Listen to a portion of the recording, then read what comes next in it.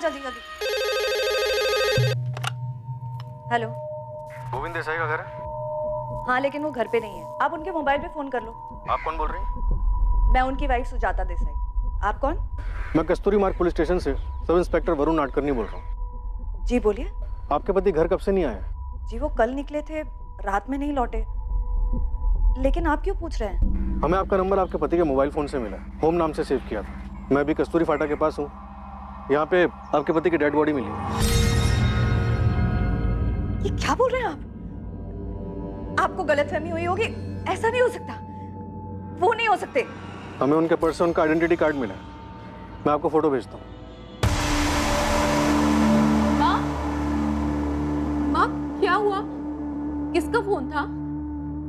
माँ किसका फोन था? पुलिस का फोन था। पुलिस? क्यों? गोविंद की बॉडी मिली है। क्या? पर्स चोरी नहीं हुआ, मोबाइल नहीं है, मारने वाला गाड़ी भी नहीं लेगा। सुनसान जगह। सर ये पेपर्स मिले हैं, गोविंद के नाम पर है, गाड़ी इसी की। लगता है सर इसे बाहर निकाल कर मारा गया है।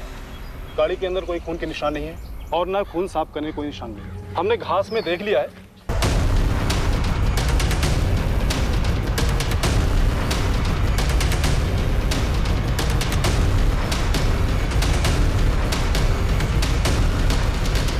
पेट और हाथों पे टोटल 19 बार वार हुआ है इंस्पेक्टर। डॉक्टर ये वार किस चीज से किए गए? चाकू या चॉपर? 2 बड़े चाकू, लेकिन वार किसी एक एंगल पे नहीं हुआ है, आड़े टेढ़े लगे। कम से कम 2 लोग होंगे और दोनों ने एक ही शाम 6 से 8 बजे के बीच में हुई है। मर्डर के बाद कोई सामान चोरी नहीं हुआ, ना गाड़ी, ना पैसे, ना मोबाइल, यहाँ तक कि गोल्ड ज्वेलरी भी। मोबाइल तो वैसे भी अब कोई नहीं चुराता इंस्पेक्टर। सब जान गए हैं कि क्रिमिनल्स को पुलिस मोबाइल ट्रैक करके पकड़ लेती है। बाकी की चीजें क्यों नहीं चुराई?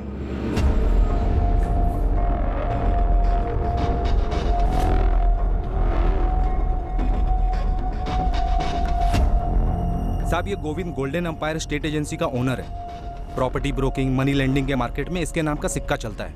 पालघर, धानु, मनोर और इस साइड विरार तक बहुत लंबा हाथ फैला रखा है इस बंदे ने। और अभी मर्डर की खबर पूरे इलाके में फैल रही है। तुरंत काम पे लग जा पीटर। ये काम जरूर किसी हिस्ट्री शीटर का है। और याद रखना, 2 लोग होंगे। साहब आपने बताया कि उसका कुछ चोरी नहीं हुआ, तो फिर पक्का इसके नाम की सुपारी निकली होगी। कोई इसका मर्डर ऐसे ही तो नहीं करेगा।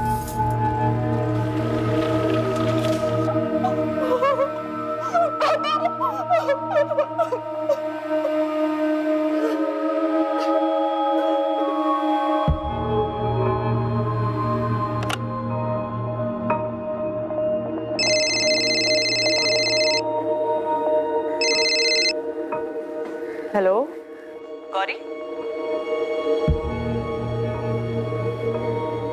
जी, गौरी बोल रही हूँ, बताइए। सब इंस्पेक्टर नैना तांबे। गोविंद देसाई को जानती हो? बिल्कुल जानती हूँ, लेकिन आप क्यों पूछ रही हैं? कल शाम आपने गोविंद देसाई को फोन किया था 5:15 बजे। हाँ किया था, लेकिन बात क्या है? गोविंद देसाई को मर्डर हो गया है। क्या? कब? कैसे? सुजाता जी, आपको नहीं पता कि आपके पति गोविंद कस्तूरी फाटा कैसे पहुंचे? नहीं पता सर। जब घर से निकले गोविंद तो उन्होंने कुछ बताया था कि वो कहाँ जा रहे हैं? सुबह नाश्ता करके निकले थे सर।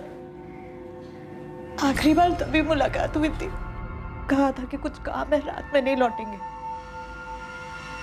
उन्होंने बोला था कि आज सुबह या शाम तक वापस आ जाएंगे। आज बाहर जाना पड़ेगा सुजाता, तो शायद रात को नहीं आऊंगा। दूर जा रहे हो क्या? नहीं, जाना तो दमन ही है। वहां क्या है, एक जमीन का सौदा हो रहा है, टाइम लगेगा शायद। तो कल दोपहर को या शाम तक आ जाऊंगा। कैसे हुआ ये? किसने किया? गोविंद दमन नहीं गए थे क्या? फिर वो जा रहे थे और रास्ते में ही किसी ने उनका मर्डर कर दिया। लेकिन मर्डर क्यों किया? आप किसी गौरी को जानती हैं? नहीं।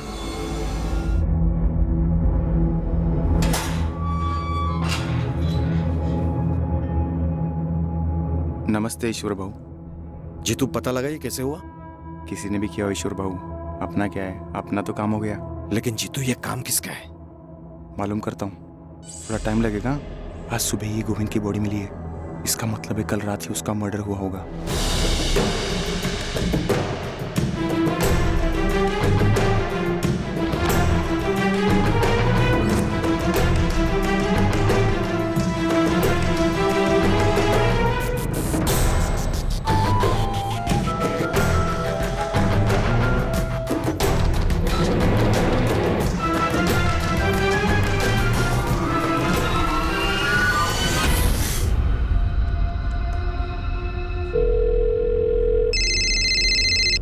हाँ बोल।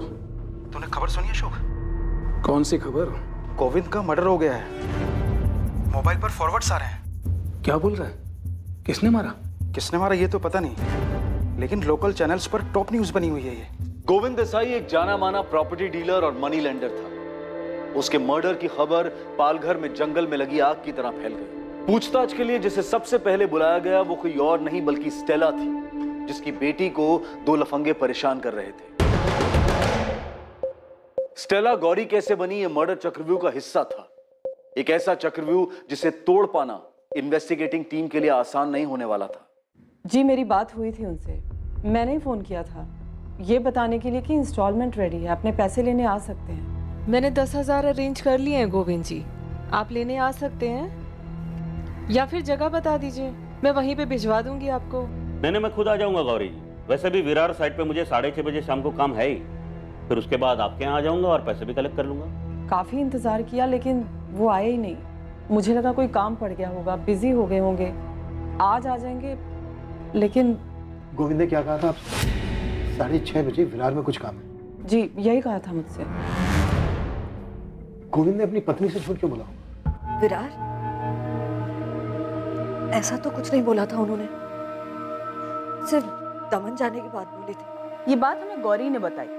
विरार में टेलर की शॉप है उसकी, इंस्टॉलमेंट की पहली किस्त देनी थी उसे गोविंद जी को। गौरी ने जब गोविंद जी को फोन किया था तो उन्होंने कहा था कि विरार का काम खत्म करने के बाद वो खुद उसके घर आके पैसे उठा लेंगे। उन्होंने फोन करके भी ऐसा कुछ नहीं बोला। अगर प्लान में चेंज होता था तो रात में वापस घर ही आते थे। मैडम मैंने पता कर लिया है, गौरी का टेलर शॉप विरार में है, लेकिन एक झोल है। क्या है गायकवाड़? उसका असली नाम गौरी नहीं है, स्टेला है, स्टेला गौरी थॉमस। उसकी दुकान का नाम जेनी टेलर्स है। अपनी बेटी के नाम पर उस दुकान का नाम रखा उसने। असली नाम क्या है तुम्हारा? स्टेला या गौरी? दोनों ही असली नाम है मेरे। मेरा पूरा नाम स्टेला गौरी थॉमस है। अपने पति जॉन से शादी के पहले मेरा नाम गौरी था। गोविंद से लोन लेते वक्त अपना नाम क्या बताया? गौरी? सर पूरा नाम बताया था, स्टेला गौरी थॉमस। और मिले कब थे तुम दोनों पहली बार? 4 महीने पहले। मैं अपनी आंटी के घर गई थी सूरत में, वहां से वापस आते हुए ट्रेन में मिले थे गोविंद जी। सूरत में? नहीं सर, वापस स्टेशन से चढ़े थे वो।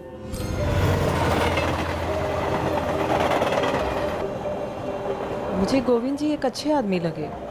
हमने बातचीत शुरू की तो उन्होंने मुझे बताया कि वो प्रॉपर्टी और मनी लैंडिंग के बिजनेस में है।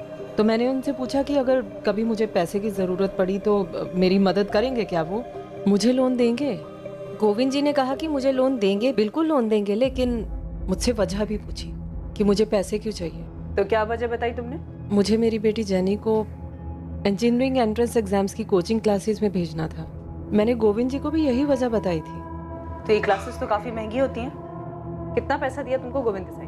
75,000। तो तुमने अपना नाम गोविंद को स्टेला गौरी थॉमस बताया था? जी।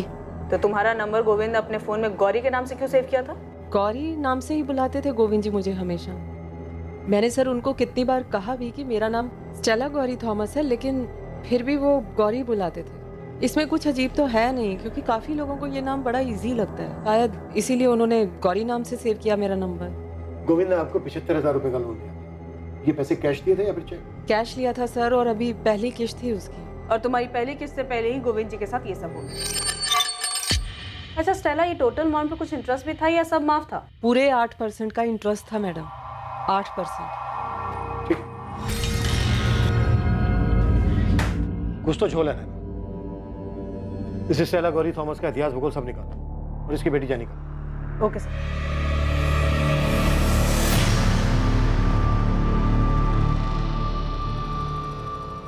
स्टेला की बेटी जेनी अब स्कूल से अपने घर बिना डरे सुरक्षित वापस आती थी। अब उसे ना किसी छेड़छाड़ की चिंता थी और ना ही किसी के द्वारा उत्पीड़ित किए जाने का डर था।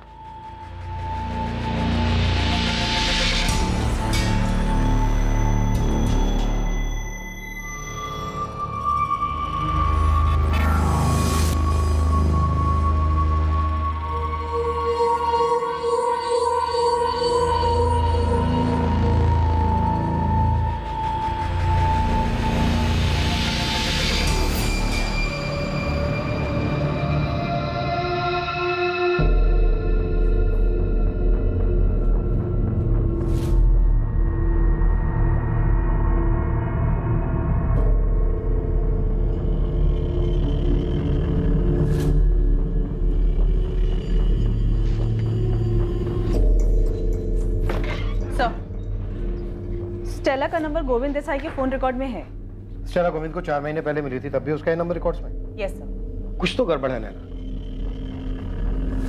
लोन लेने वाली औरत अपना नाम स्टेला गौरी थॉमस बताती है और लोन देने वाले को उसके नाम में सिर्फ गौरी पसंद आता है, और वो उसका नंबर अपने फोन में इसी नाम से सेव करता है। क्यों? तो आपका मतलब पैसों के लेन देन के अलावा भी कोई मैटर हो सकता है? हालांकि अभी ठीक से कुछ कहा नहीं जा सकता, पर कुछ भी हो सकता है। फिर तो सर हमें इस गोविंद देसाई का बैकग्राउंड अच्छे से चेक करना होगा।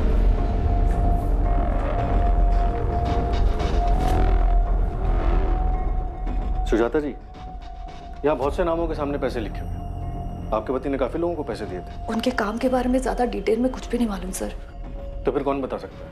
अभी तो कोई नहीं। पिछले 6 महीने से गोविंद अपना काम खुद ही संभाल रहे थे। और 6 महीने पहले? जी, लक्ष्मण। मैंने उससे बात कर ली है। 6 महीने पहले जितनी भी प्रॉपर्टी डीलिंग्स हुई हैं और जितने भी लेन देन है, उसकी डिटेल्स आपको दे देगा। आपके पति के कोई ऐसे दोस्त हैं जिनसे हम बात कर सकें? 2 हैं, अशोक और नरेश। वो उनके बहुत पुराने दोस्त हैं। हमें उनके नंबर चाहिए। जी। सुजाता जी, क्या आपको किसी पे शक है कि आपके पति गोविंद के साथ ऐसा कौन कर सकता है? देखिए, क्राइम सीन वैसा का वैसे ही था। ना कुछ छुपाया गया ना मिटाया गया, कोई छेड़छाड़ नहीं हुई। आपके पति का सामान भी चोरी नहीं हुआ। 100% ये मर्डर किसी पर्सनल मैटर की वजह से हुआ। सर, अंदाजा लगाना तो बहुत मुश्किल है। मेरे पति बहुत अच्छे आदमी थे सर। सर, आप किसी गौरी के बारे में पूछ रहे थे, वो कौन है? हाँ, यहीं विरार में रहती है, स्टेला गौरी थॉमस। आप कुछ याद करके बता सकती हैं कभी आपके पति ने इस नाम का कोई जिक्र किया हो? सर, वो हमें अपने काम से दूर ही रखते थे। कभी कहीं आना जाना होता था तो बता देते थे। उस दिन भी बताया था कि दमन जा रहे। देखिए, दमन जाने की कोई भी बात हमारे सामने नहीं आई है। हमने उनके फोन रिकॉर्ड लोकेशन चेक किए, ऐसा कुछ भी सामने नहीं आया कि वो दमन गए थे या दमन में थे। सुपारी है बेटा। ईश्वर गरुड़ का नाम तो सुना ही होगा। धानु के जेल में आराम कर रहे इस वक्त। उसी ने ये सुपारी उठाया था गोविंद के नाम का। उसका एक पंटर है जीतू तलपड़े, और इस जीतू ने 15,000 रुपये दिए थे हिस्ट्री रीडर चंदू को इस गोविंद को दुनिया से उठाने के लिए। तो मतलब तू कह रहा है कि सुपारी सबसे पहले मिली ईश्वर गरुड़ को, उसने दी अपने पंटर जीतू को, जीतू ने आगे बढ़ाई चंदू को। तू मुझे एक बात बता, ईश्वर गरुड़ को सुपारी बेची किसने? अब ये बेचने वाले एक जगह दुकान लगाकर थोड़ी बैठते बेटा। मुझे जितनों के नाम पता थे तुझे बता दी। गरुड़ सबका गुरु है। साहब को बोल इस गरुड़ को अच्छी तरह से गुरु दक्षिणा देने की सब बता देगा। देखो ज्योति, जो भी था मैंने सब बता दिया। मैं कुछ नहीं छुपाता। पर तुमने ऐसे क्यों किया रतन? क्यों? तूने जो किया वो क्यों किया? क्या जरूरत थी? गोविंद हमारे बचपन का दोस्त था सर। काफी टाइम तक मिलना जुलना था हमारा उससे। काफी टाइम तक था, मतलब फिलहाल नहीं था। क्यों ऐसा? गोविंद बदल चुका था सर। अब मरे हुए इंसान के बारे में क्या बात करें? ऐसा भी क्या बदलाव आ गया था गोविंद में? गुरूर सर, गुरूर पैदा हो गया था उसमें। पैसे का गुरूर जो हर कोई नहीं संभाल पाता, जिसने अच्छे अच्छे को बदल दिया सर। हमारा दोस्त भी बदल गया था सर। अमीर होने का रौब झाड़ता था हम पर। और क्या क्या खूबियां थी तुम्हारे समीर दोस्त में, खास करके ऐसी जिसकी वजह से उसका मर्डर हो गया? सर, उसके मर्डर का तो हमें कोई अंदाजा नहीं है। तकरीबन 2 साल पहले हम लोगों ने उससे अपनी दोस्ती खत्म कर ली थी। क्या करते सर, जब भी मिलते थे पीने के लिए वो हम दोनों को नीचा दिखाने की कोशिश करता था। बोलता था मैं कहाँ, तुम दोनों कहाँ। सर, दोस्ती में मजाक उड़ाया जाता है पर इज्जत भी दी जाती है, जो गोविंद में नहीं दे रहा था। तुम लोग सीधी बात कर रहे हो, मैं भी सीधा मुद्दे पर आता हूं। 17 तारीख को दोपहर को जब गोविंद लंच पर अपने घर आया तो अपनी वाइफ सुजाता से यह कहकर गया कि वो दमन जा रहा है। अब तुम लोग ये बताओ कि गोविंद ने अपनी वाइफ से झूठ बोला या उसकी वाइफ हमसे झूठ बोल रही है?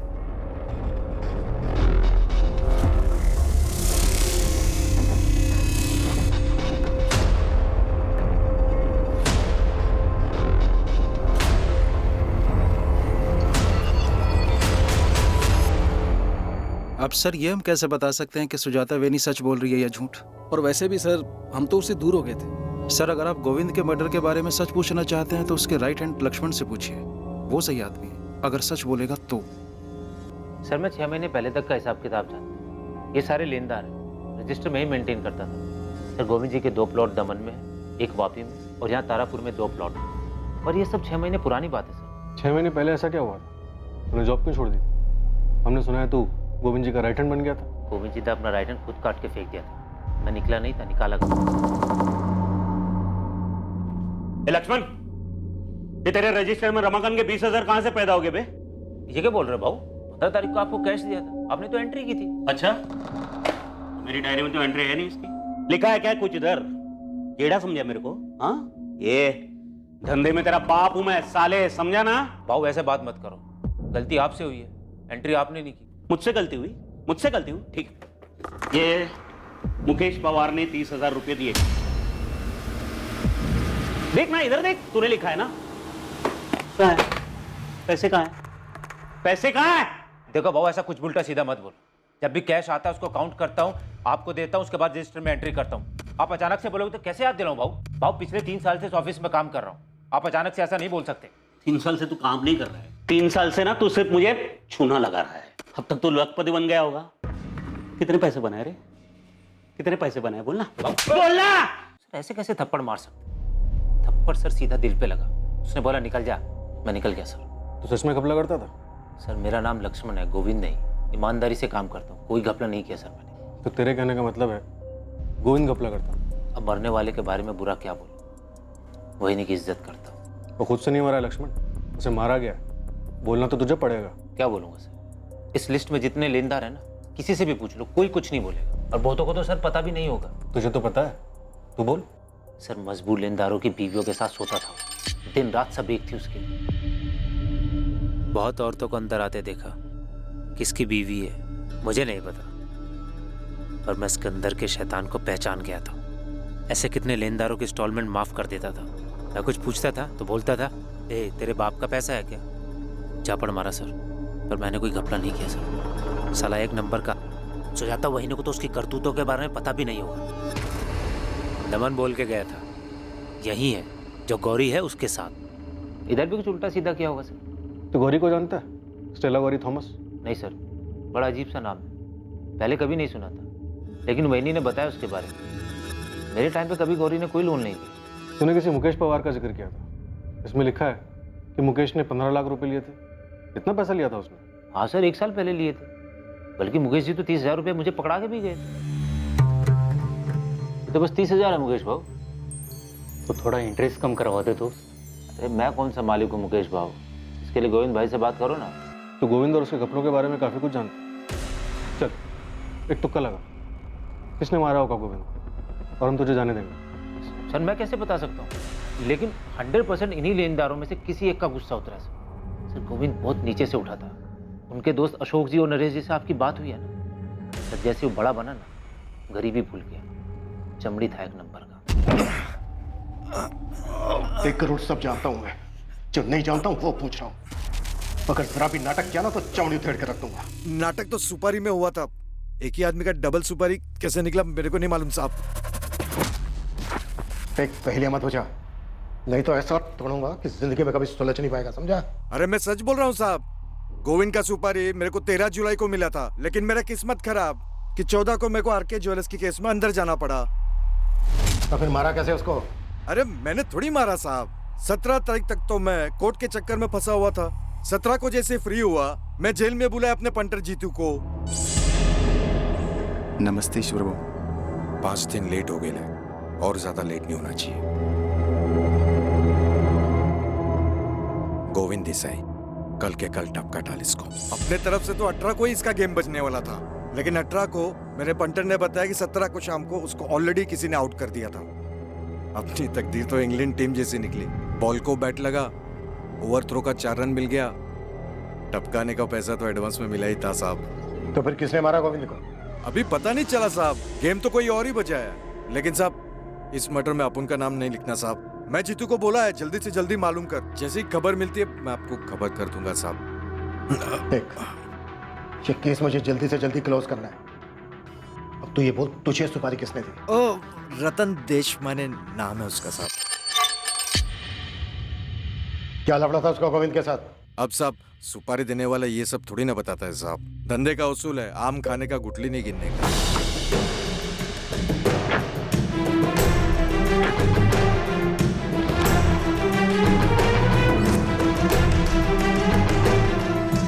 Good afternoon sir. आपने बुलाया सर? सोनाली, तुम्हारी प्रॉब्लम क्या है? तुम्हारी वजह से रोज कोई ना कोई बवाल खड़ा होता है। मुझे कोई प्रॉब्लम नहीं है सर। तो फिर तुम्हारी ये अजीब बिहेवियर की वजह क्या है? तुम मेरी इकोनॉमी से क्लासेस तो रेगुलरली मिस करती हो, ऊपर से जो भी क्लास अटेंड करते हो वहां तुम्हारे बेतुकी सवाल की वजह से क्लास का वक्त जाया होता है। सर सवाल करने से वक्त जाया होता है? No Sonali, I am not saying that, लेकिन तुम जो भी सवाल करो सिलेबस के हिसाब से करो। तुम इंटेलिजेंट हो, पर इसका मतलब ये तो नहीं ना कि तुम सिलेबस के ऊपर ही सवाल करो या अपने प्रोफेसर को उल्टे सवाल पूछो। एक बात गांठ बांधो, जिंदगी में कुछ भी आइडियल नहीं होता। हम सिलेबस में पढ़ाते हैं कि बैंकिंग सिस्टम की वर्किंग मेथड क्या है, बैंक कैसे काम करता है या उसे कैसे काम करना चाहिए। दुनिया में ऐसा नहीं होता है, नहीं होता है तो क्यों नहीं होता है, ये सारे सब्जेक्ट्स पर घंटों तुम बहस नहीं कर सकती हो। अमीर और वेल एस्टैब्लिश्ड कॉर्पोरेट्स बिना लोन चुकाए कैसे बच जाते हैं, जबकि एक आम आदमी अपनी मजबूरी के चलते अगर लोन की सिर्फ एक किश्त नहीं भरता है तो बैंक उसका जीना दुश्वार कर देती है। एनपीए की वजह से हुआ लॉस आम आदमी से वसूला जाता है, जबकि लोन पास करते टाइम आम आदमी को लाखों सवालों का जवाब देना पड़ता है, तब जाकर बड़ी मुश्किल से उन्हें लोन मिलता है। आखिर ये लोन का सिस्टम आम आदमी के लिए मदद के लिए बनाया गया है। सोनाली, तुम बिना पढ़े बिना क्लास में ध्यान दिए सारा सवाल कर रही हो। यू नो तुम्हारी प्रॉब्लम क्या है? तुम्हारी ध्यान सिलेबस पर नहीं, सवाल जवाब पर ज्यादा है। चैप्टर नंबर 8 एनपीए के बारे में, चैप्टर नंबर 6 ये बताता है कि बैंक किसको लोन देने लायक किस कंडीशन में समझता है। उन किताबों में ऐसा कोई चैप्टर नहीं है सर जिससे ये पता चल सके कि कैसे जहां एक अमीर बिजनेसमैन बैंक का सारा पैसा लेकर विदेश भाग जाता है और वहीं दूसरी तरफ एक आम गरीब आदमी अगर बैंक के सिर्फ एक लोन नहीं चुका पाता तो खुद को फांसी पर लटका लेता है। सर ये पढ़ा आपने? हाँ पढ़ा है। तो अच्छा, अब तुम्हारा नया सवाल ये मर्डर केस को लेकर होगा। सर ये बंदा गैर सरकारी तरीके से लोगों को पैसे उधार देता था, एक प्राइवेट मनी लेंडर था। सवाल ये है कि लोग आखिर क्यों मजबूर हैं ऐसे ब्याजखोरों से पैसे लेने के लिए? सोनाली, तुम इंटेलिजेंट हो, तुम जो चाहो वो हासिल कर सकती हो, इसलिए मैं तुम्हें कह रहा हूं बेवजह सवाल उठाकर तुम्हारी एनर्जी, तुम्हारा वक्त जाए मत करो। हर एक की जिंदगी में उतार चढ़ाव आते हैं और यही जिंदगी का नियम है। इसका मतलब ये तो नहीं ना कि हम उसमें ही उलझ कर रह जाए।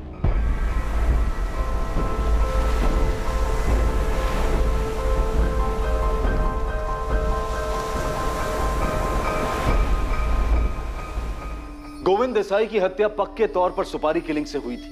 हत्या करने वाले ने उसकी कोई चीज नहीं चुराई थी। तो क्या हत्यारे को इस बात के कड़े निर्देश दिए गए थे? क्या यह हत्या किसी के मन में पल रहे गुस्से के ज्वालामुखी फटने का नतीजा था, जिसमें पैसे से बढ़कर भी कोई और चीज थी?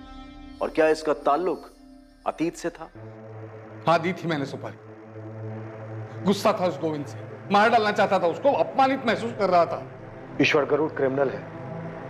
भले ही उसने ये स्टेटमेंट दिया हो कि गोविंद तुम्हारी सुपारी से नहीं मरा है, लेकिन उसका ये स्टेटमेंट तुम्हें बचा नहीं सकता।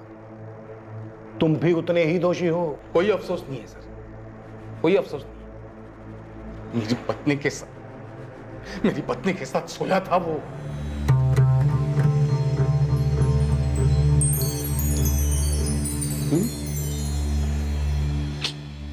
बैठना रे, बैठना। मैं क्या बोलता हूँ, तेरे हस्बैंड के लोन के 5% माफ।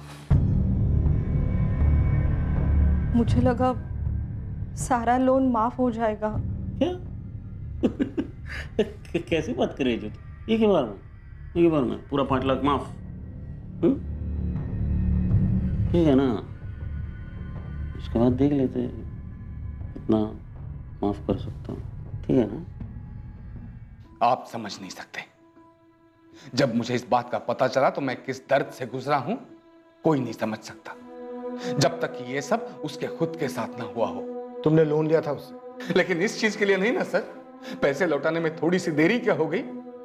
इसने जीना हराम कर दिया था मेरा, परेशान कर दिया था मुझे। तुम ऐसे आदमी के पास गए ही क्यों?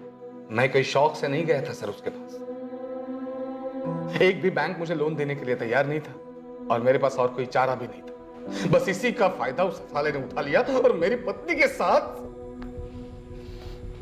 तुम्हारी पत्नी अगर इस चीज के लिए तैयार नहीं होती तो ऐसा होता ही नहीं। ऐसा तब नहीं होता जब ये जानवर दूसरों की पत्नियों पर बुरी नजर नहीं रखता। सर, मुझे जरा भी अफसोस नहीं है उसकी मौत का, जरा भी गम नहीं है। और मुझे यकीन ऐसे और कई लोग होंगे जिनको इसने सताया है। इससे तुम्हारा गुनाह कम नहीं हो जाता। तुमने गोविंद की सुपारी दी थी, कानून इसकी तुम्हें सजा देगा। तुम्हारे अलावा और कौन हो सकता है जो गोविंद को मारना चाहता था?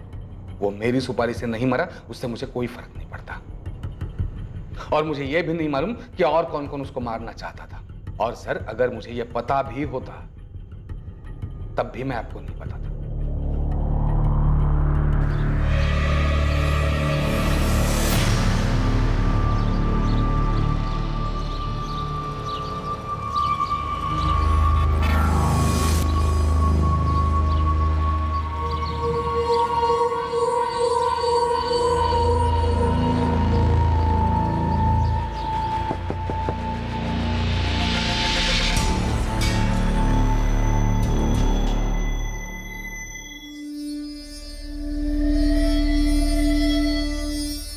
क्या हुआ मम्मा?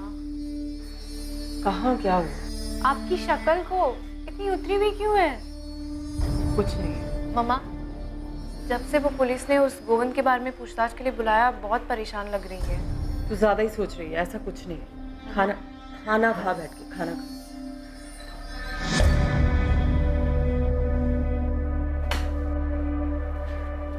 मम्मा, आपने वो संजय और प्रकाश को क्या बोला था?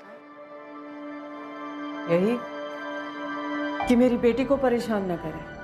बस आपने इतना बोला और वो लोग मान गए? हाँ, बस यही बोला। लेकिन जैसे बोलना चाहिए था वैसे बोला। अब बातें मत कर, खाना खा। खाना खा।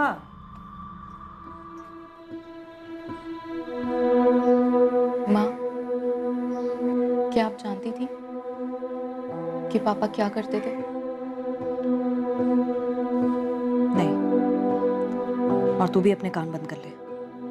लोग क्या कहते हैं वो सब मत सुन। मरने वाले लोगों के बारे में बुरी बातें नहीं करते। पर मैं जानती थी जब वो जिंदा थे तब भी कि वो क्या करते थे। लेकिन अब ये बातें करके क्या फायदा? हमें तकलीफ ही होगी। वैसे भी कहा जाता है कि लोगों को अपने किए का फल जरूर मिलता है।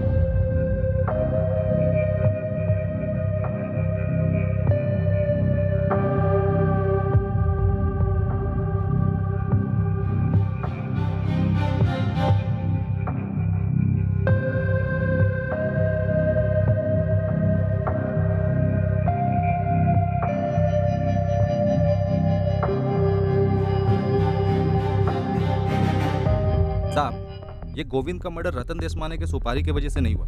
इसके पीछे दो अलग बंदों का हाथ है, ईश्वर और उसका राइट हैंड जीतू। इन लोगों ने सब अरेंज किया था।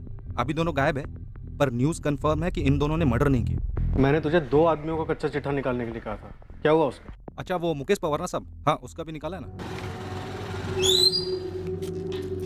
साहब। मैंने अपने 2-3 बंदों को काम पे लगाया था। पता चला है कि किसी प्राइवेट फर्म में अकाउंटेंट का काम करता है। गोविंद से 15 लाख रुपए लिए थे उसने, 12 लाख अभी भी सर पे है। गोविंद की पत्नी सुजाता से इसने वादा किया था कि पैसा वापस कर देगा करके। अभी सुजाता इन सब लेनदारों के पीछे पड़ने वाली है। हेल्प करने के लिए उसने लक्ष्मण को भी वापस काम पे रख लिया है। साहब, मैं आपको 2 बातें और बताने वाला था। कौन सी बात? पहली तो लक्ष्मण देवधर के बारे में। कुछ हो लेके उसने गोविंद के लफड़े और घपलों के बारे में बताया था? गोविंद के लफड़े के बारे में बताया होगा, पर अपने लफड़े के बारे में नहीं बताया होगा साहब। तो तू बता दे, क्या छूट गया हमसे? पायल साहब, गोविंद की बेटी पायल और लक्ष्मण।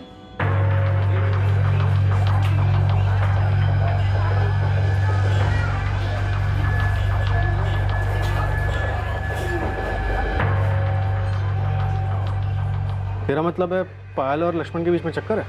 लग तो रहा है साहब। मतलब अकेले में बहुत मिलते हैं लोग, खाली दोस्त तो नहीं हो सकते। पायल की माँ सुजाता, उसे पता है क्या? अब ये तो वही बता सकती है साहब। हालांकि उसने लक्ष्मण को वापस काम पे तो रख लिया है। गोविंद के धंधे के बारे में बहुत नॉलेज है उसको। और दूसरी बात ना 2 साल पुरानी है। अपने पालघर में एक सुसाइड हुआ था, विनोद विचारे नाम था मरने वाले का।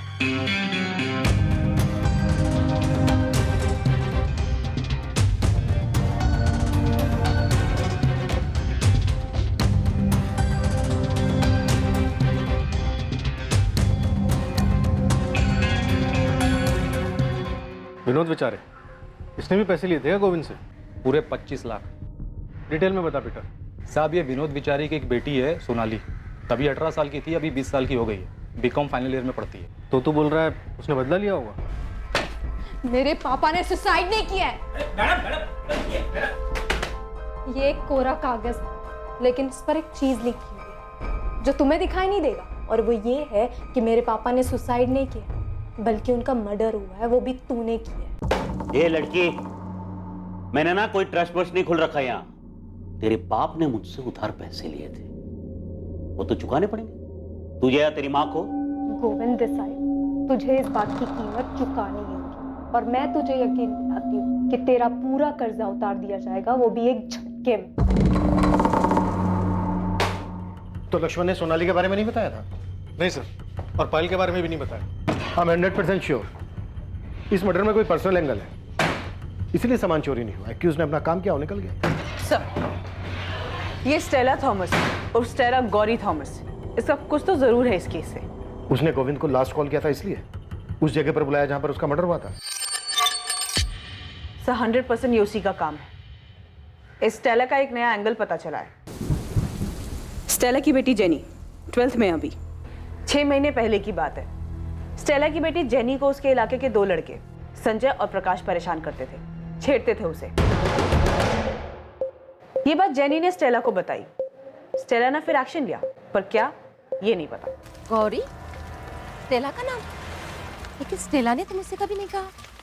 मतलब हो सकता है, पर मुझे नहीं पता।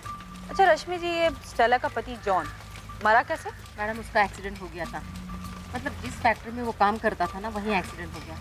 रश्मि जी, मैं गोल गोल बात नहीं करूँ, पर हमें शक है कि गोविंद देसाई की मर्डर में स्टेला थॉमस और स्टेला गौरी थॉमस का हाथ है। गोल गोल बात नहीं करूँ, पर हमें शक है कि गोविंद देसाई की मर्डर में स्टेला थॉमस और स्टेला गौरी थॉमस का हाथ है। ये क्या कह रही हो मैडम आप? नहीं मतलब इसके बारे में सही में मुझे कुछ नहीं पता।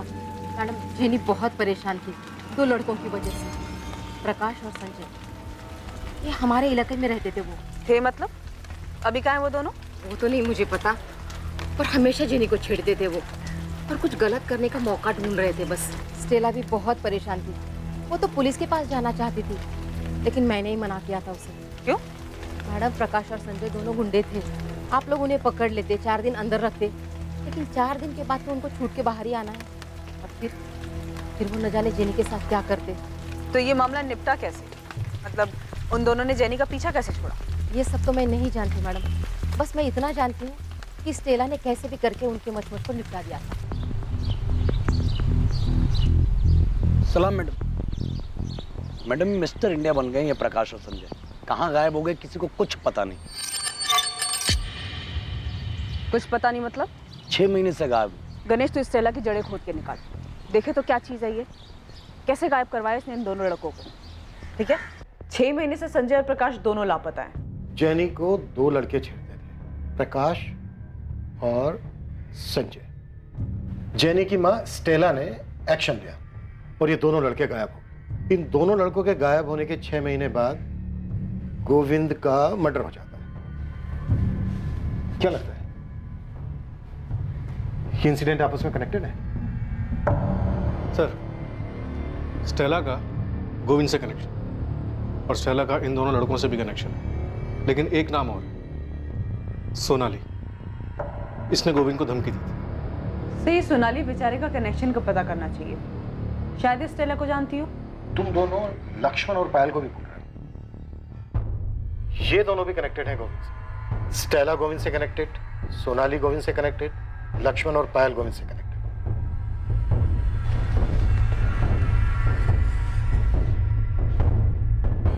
है क्या ये चक्रव्यूह? योगेश, पुलिस पूछ रही थी। क्या बोलूं मैं? ये तुमने किया क्या है प्रकाश और संजय के साथ?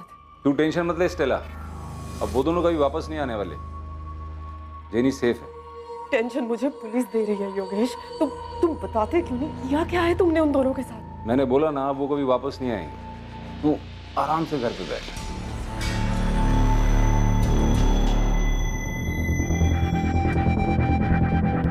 सोनाली, क्या किया है? ये सब नियति का खेल है माँ, कर्मा। उसने जो किया उसके कर्मों का फल उसे आखिर में मिल ही गया। उसने जो हमें दिया था वो वापस चुकाया जा चुका है। हिसाब दोनों तरफ से बराबर होना चाहिए। अब हो चुका।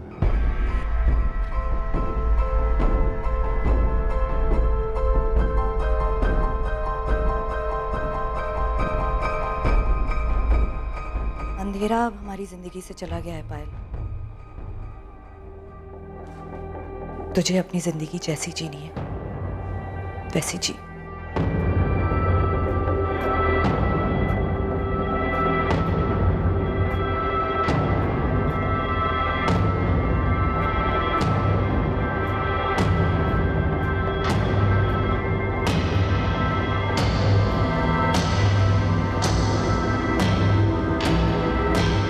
अगर गोविंद की हत्या करने के लिए चक्रव्यूह रचा गया है तो इस कनेक्शन और मकसद को समझने के लिए हमें इनके इर्द गिर्द भी चक्रव्यूह रचना होगा।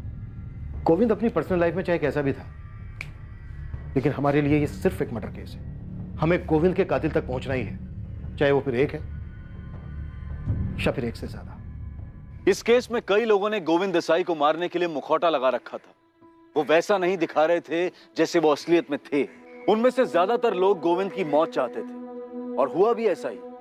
लेकिन जिन लोगों ने ये चक्रव्यूह रचा था उनके बीच का कनेक्शन पता कर पाना आसान नहीं था। इस जुर्म का जाल इतनी बारीकी से बुना गया था कि इसका कोई सिरा खुला नहीं था जिसे पकड़कर पुलिस इस जाल को सुलझा पाती। लेकिन ये ऐसा मर्डर नहीं था जिसे फाइलों में दबने के लिए छोड़ दिया जाता।